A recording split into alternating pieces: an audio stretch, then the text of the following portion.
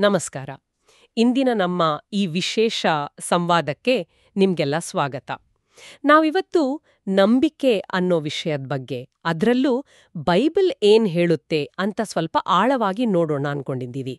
ನಮ್ಮ ಹತ್ರ ಇರೋ ಮೂಲಗಳು ಇದನ್ನ ಚೆನ್ನಾಗಿ ವಿವರಿಸುತ್ತೆ. ಹೌದು, ನಮಸ್ಕಾರ. ನಂಬಿಕೆ ಅನ್ನೋದು ತುಂಬಾ ಆಳವಾದ ವಿಷಯ. ಖಂಡಿತ.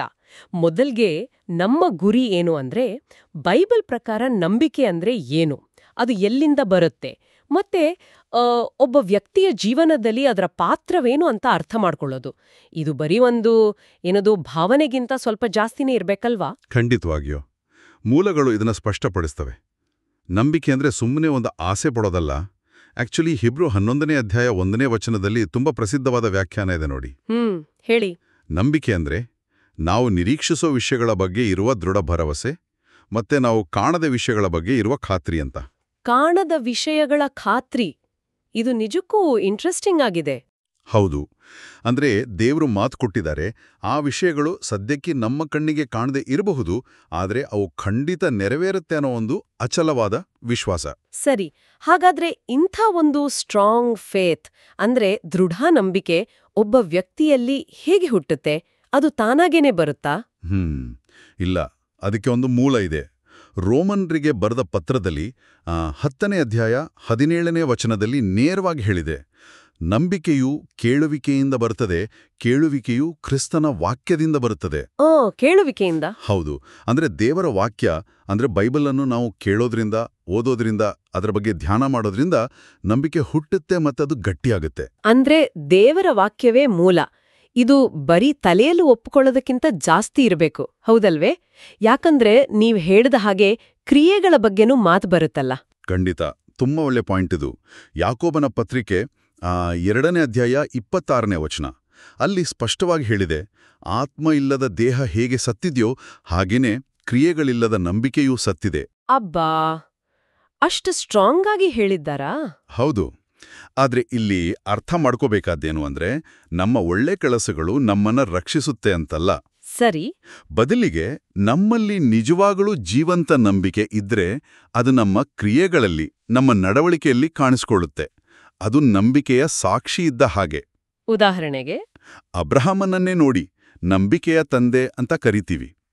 ದೇವರು ಹೇಳಿದ ತಕ್ಷಣ ಎಲ್ಲಿ ಹೋಗ್ಬೇಕು, ಏನಾಗುತ್ತೆ ಅಂತ ಗೊತ್ತಿಲ್ದಿದ್ರೂ ತನ್ನ ದೇಶ ಬಿಟ್ಟು ಹೊರಟ್ರು. ಆಮೇಲೆ ದೇವರು ಕೇಳಿದಾಗ ತನ್ನ ಒಬ್ಬನೇ ಮಗ, ಪ್ರೀತಿಯ ಮಗ ಇಸಾಕನನ್ನೇ ಅರ್ಪಿಸೋಕೆ ಸಿದ್ಧರಾದರು.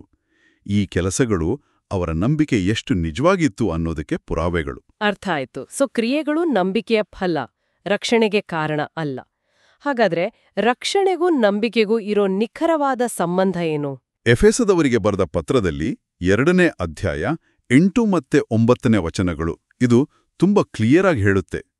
ನೀವು ಹೊಂದಿರುವ ರಕ್ಷಣೆಯು ಕೃಪೆಯಿಂದಲೇ ನಂಬಿಕೆಯ ಮೂಲಕವೇ ಬಂದಿದೆ. ಅಂದ್ರೆ ದೇವರ ದಯೆಯಿಂದ ಸಿಕ್ಕಿದೆ. ನಂಬಿಕೆಯ ಮೂಲಕ? ಹೌದು. ಇದು ನಿಮ್ಮ ಸ್ವಂತ ಸಾಧನೆಯಲ್ಲ, ಇದು ದೇವರ ಉಡುಗೊರೆ. ಇದು ಕ್ರಿಯೆಗಳಿಂದ ಬಂದದ್ದಲ್ಲ. ಹಾಗಾಗಿ ಯಾರೂ ಹೆಮ್ಮೆ ಪಟ್ಕೊಳ್ಳೋ ಹಾಗಿಲ್ಲ.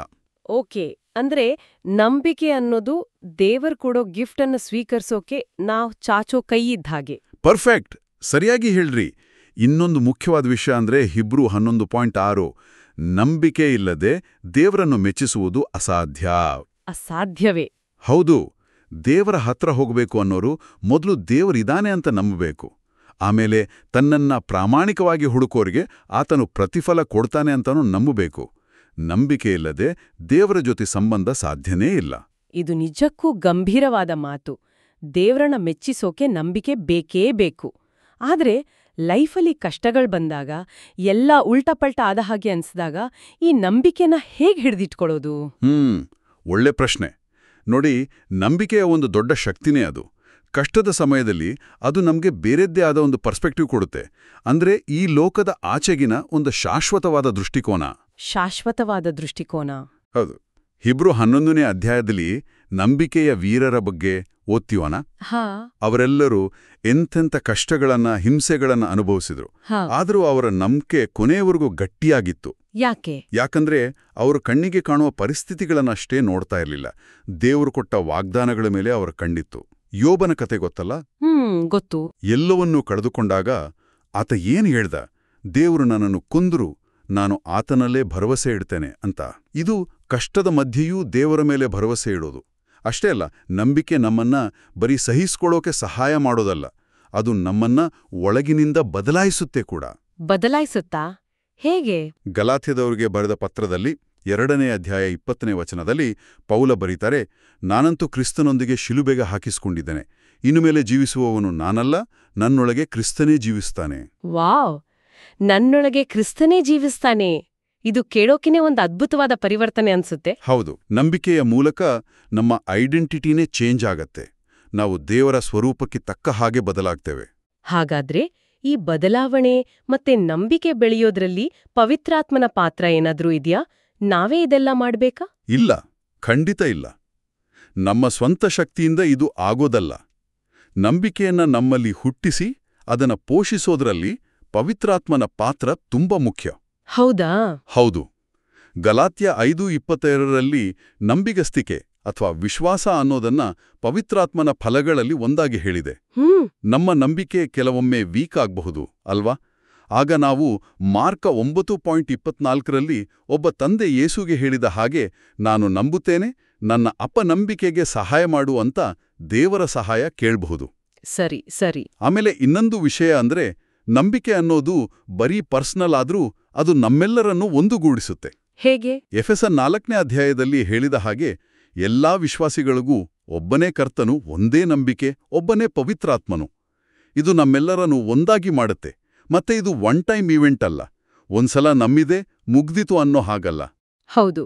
2 ಕೊರಿಂಥ್ಯ 5:7 ಹೇಳುತ್ತೆ, ನಾವು ಕಣ್ಣಿಗೆ ಕಾಣುವುದರ ಮೇಲೆ ಆಧಾರಪಟ್ಟು ನಡೆಯುವುದಿಲ್ಲ, ನಂಬಿಕೆಯ ಮೇಲೆಯೇ ಆಧಾರಪಟ್ಟು ನಡೆಯುತ್ತೇವೆ. ಇದು ಪ್ರತಿದಿನದ ನಿರಂತರವಾದ ಒಂದು ಪ್ರಯಾಣ.